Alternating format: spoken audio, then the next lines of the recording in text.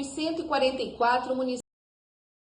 O trabalho de forma. As pessoas que identificarem que álcool em gel, máscaras de proteção e luvas estejam utilizados a preços abusivos devem comunicar ao PROCON. O órgão vai repassar essa demanda para o CIOP, que então vai encaminhar os agentes policiais para o local fazer a checagem e a intervenção no estabelecimento. Para facilitar esse processo, a SEJU-DH disponibilizou um número de WhatsApp. A denúncia, a partir de agora, pode ser feita pelo número 99230-0151 ou então pelo 151. Juliana Brito, para o Nazaré Notícias. E agora nós vamos falar sobre fibromialgia, uma dor crônica que atinge várias partes do corpo e é mais frequente em mulheres de 35 a 50 anos. Para explicar as causas, sintomas e tratamentos da doença, Juliana Brito conversa com o médico reumatologista Ronaldo Carneiro.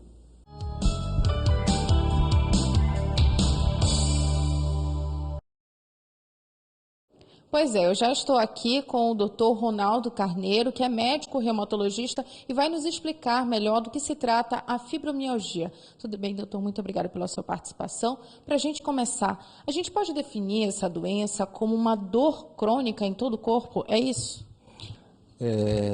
A fibromialgia ela é uma doença que tem como característica o comprometimento de dores músculo-esqueléticas difusas. Então, o paciente ele sente dor em todo o corpo.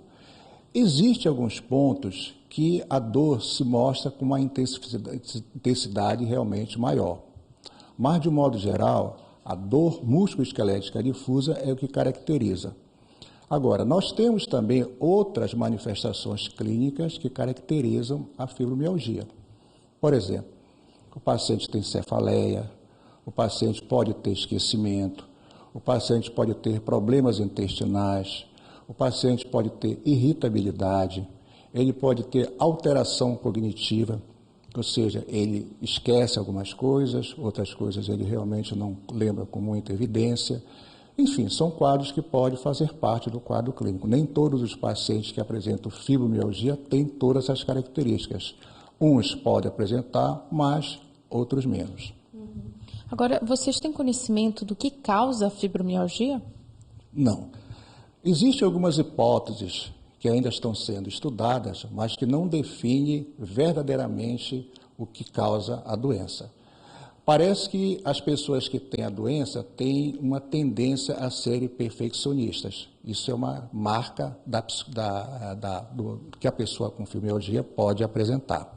Já foram tentados ser implicados alguns vírus, por exemplo, vírus da hepatite e outras manifestações que podem ocorrer em determinadas doenças relacionadas com a fibromialgia. Mas, até o presente momento, nós não temos definido um fator que seja responsável pelo aparecimento da doença.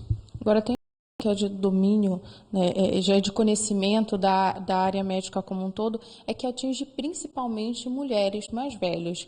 Vocês conseguem compreender por que as mulheres são mais acometidas por essa doença? É verdade. A proporção de mulheres versus homens, elas têm sofrido mudança nos últimos tempos. Há mais ou menos 15 anos atrás, a proporção de mulher era de 9 mulheres com fibromialgia para um homem. Hoje em dia, essa proporção ela está em torno de 5 a 6, ou seja, está realmente havendo uma certa mudança com relação a esses valores. As mulheres ainda são as mais acometidas, principalmente na idade entre 40, 45 anos, 55, 60. Essa é a faixa etária que nós vamos encontrar a maioria. Alguns fatores já foram tentados ser responsáveis pelo aparecimento em mulheres. As mulheres têm uma sensibilidade maior, as mulheres têm algumas alterações hormonais, as mulheres têm mais tendência para algumas doenças de caráter crônico, mas ainda não tem uma definição muito bem definida, não tem nada definido que possa mostrar ainda por que ocorre, principalmente em mulheres. Agora, em relação ao tratamento, é uma doença que é crônica, não tem cura, né? Mas o tratamento, como ele é feito? Exato, você falou bem. Ela não tem cura, mas ela tem tratamento. O tratamento, ele passa por várias etapas. Eu diria que a principal etapa é o esclarecimento. É preciso que haja esclarecimento do médico com o seu paciente. Esse bom relacionamento que nós conhecemos com o nome de empatia. Então, o paciente, ele tem que ter muita confiança no médico. O médico, ele vai precisar tocar em certos assuntos que envolvem peculiaridade daquele paciente.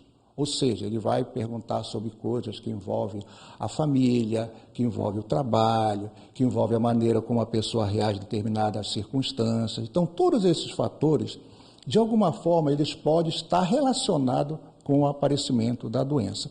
Então, esse é o primeiro ponto. O segundo, quase sempre a fibromialgia, ela precisa ser tratada de uma forma multidisciplinar.